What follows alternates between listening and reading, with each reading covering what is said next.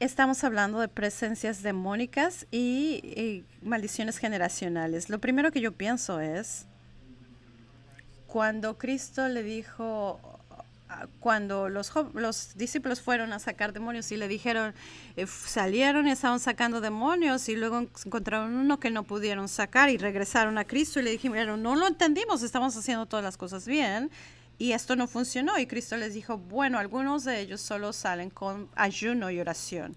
Y entonces,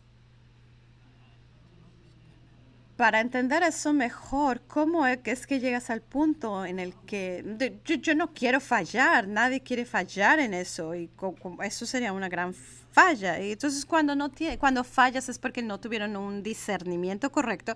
Sé que cuando ayunas tu espíritu está más como entonado a tu espíritu y tu carne está disminuida, pero como lo que Jim decía, cuando tú estabas hablándoles las presencias demoníacas, había algo, necesito ayunar antes para saber que no estoy enfrente a algo que sea más poderoso que yo.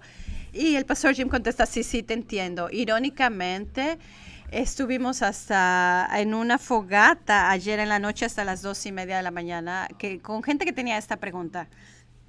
Entonces, para darte la respuesta corta, que va a ser un poco más larga que lo que Craig contestó,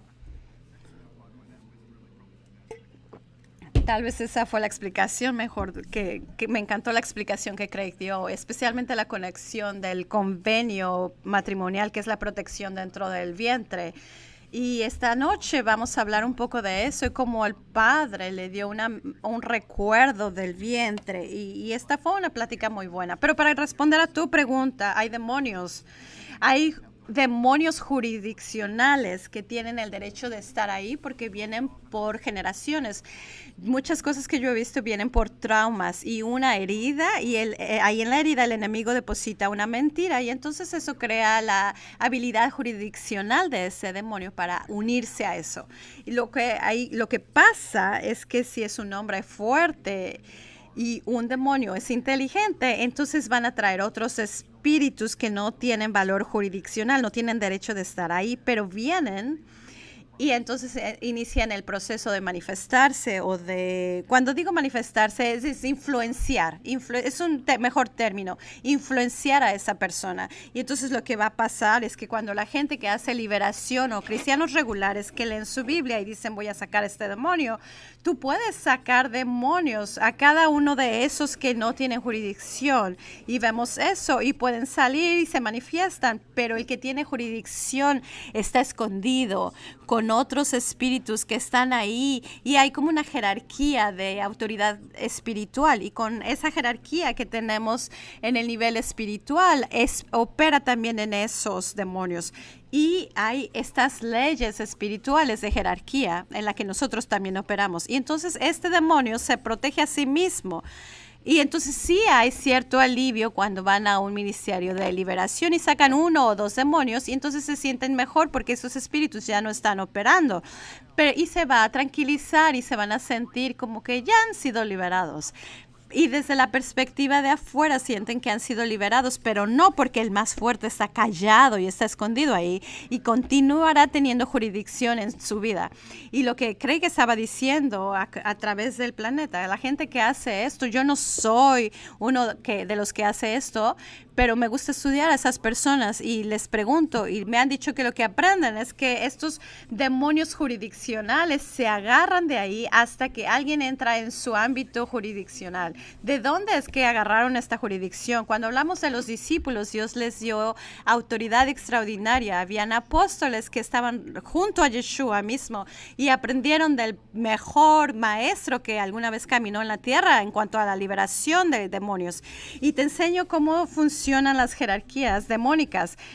Hay jerarquías y decían, conocemos a él y conocemos a Baal y conocemos a este, pero a ti no te conocimos. Y entonces ellos saben quiénes tienen autoridad y hay niveles de unción y de autoridad espiritual. Entonces creo que hay personas que tienen unción muy alta y entienden cómo funciona el ámbito espiritual y ellos pueden ir a través del mundo y sienten manifestaciones espirituales. Yo personalmente creo, tal vez hay gente que no cree conmigo, pero en mi experiencia limitada, yo creo que el hombre más fuerte, como el que sí tiene jurisdicción, tenemos que orar y ayunar. Y creo que lo que Yeshua decía es que necesitas el Espíritu Santo para que te lleve dentro de donde esta cosa empezó, para que puedas atender a esto desde la mentira que pasó. Le pides a Yeshua que venga. Me encanta cómo Craig lo usa, porque usas este término.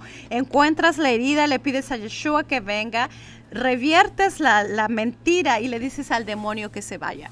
Te voy a decir una historia. La primera vez que tuve una experiencia con alguien que estaba completamente poseído, estaba en mi iglesia y se sentaba frente de mí, se burlaba de mí en la primer fila y nadie más lo veía. Y entonces bajé del escenario una vez, después el mensaje, y le dije directamente a él, yo era un típico cristiano, un pastor cristiano típico, y le dije, oye, tú no tienes autoridad de estar aquí, salte.